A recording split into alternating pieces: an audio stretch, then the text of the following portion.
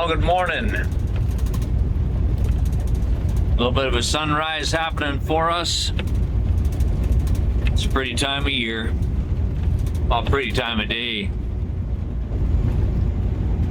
We were stockpiling earlier on there this year. This stuff was all growing and green and giving her. Now we're harvested or already cultivated. Anyway.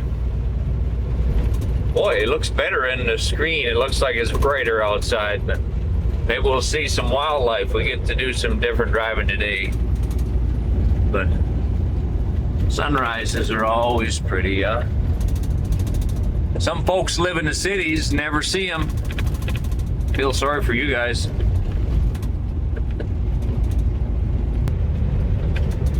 There's something that not everybody sees.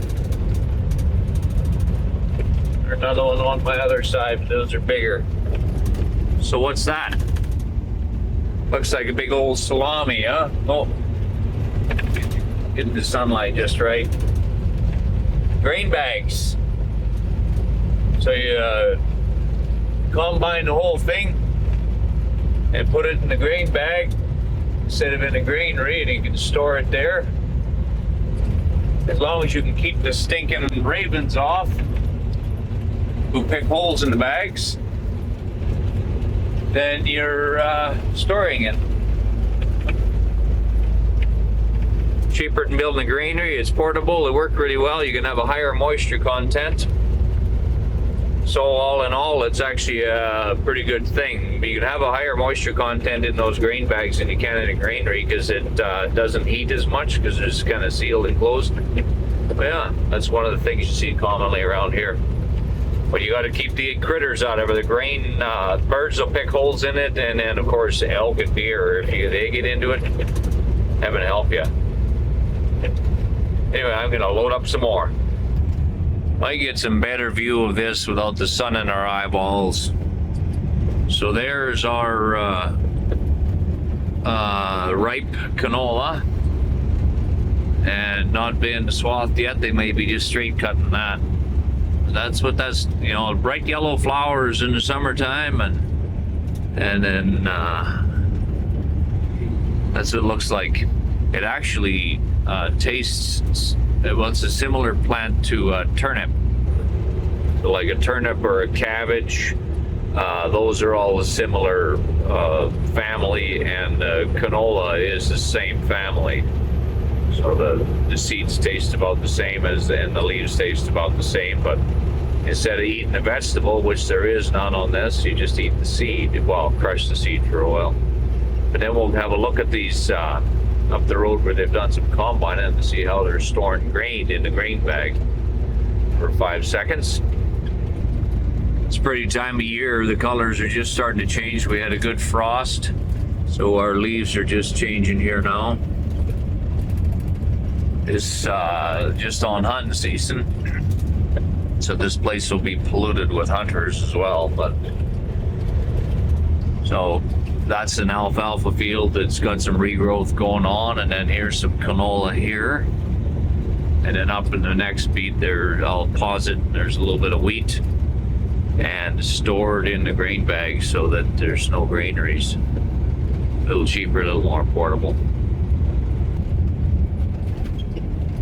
Hey, there's a combined wheat field. There's a grain bag with the grain all piled in there. Then there's another one up there. Now let me ask you this question. How many loaves of bread are in a wheat field that's a quarter section? Quarter section has 160 acres. Here's the other grain bag here.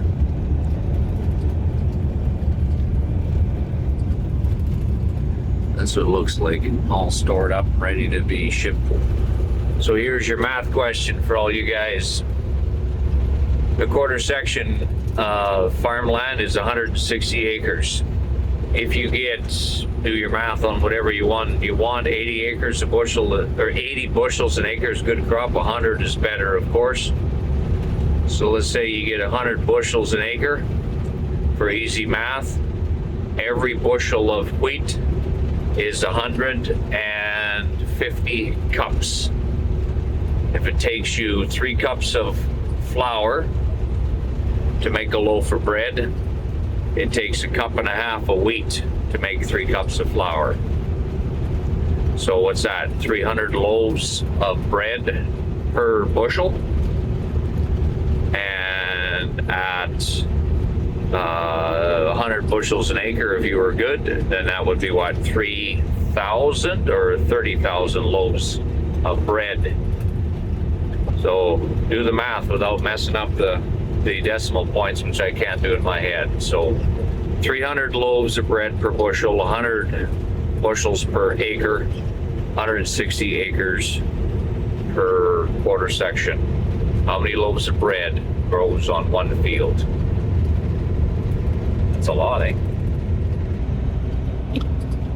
I thought, oh, I should also record what the footage of machinery looks like. In case you guys are worried about how rich farmers are, you see the investment in there? 1, 2, 3, 4, 5. 5 combines. Look online what you can buy a brand new John Deere combine for. Compare that to the housing value of most homes anywhere in the regular part of the world. And that's just part of the investment of what that guy has in playing that game. So whether you're making 4.5 million loaves of bread, he ain't rolling in the money with no investment. There they are working.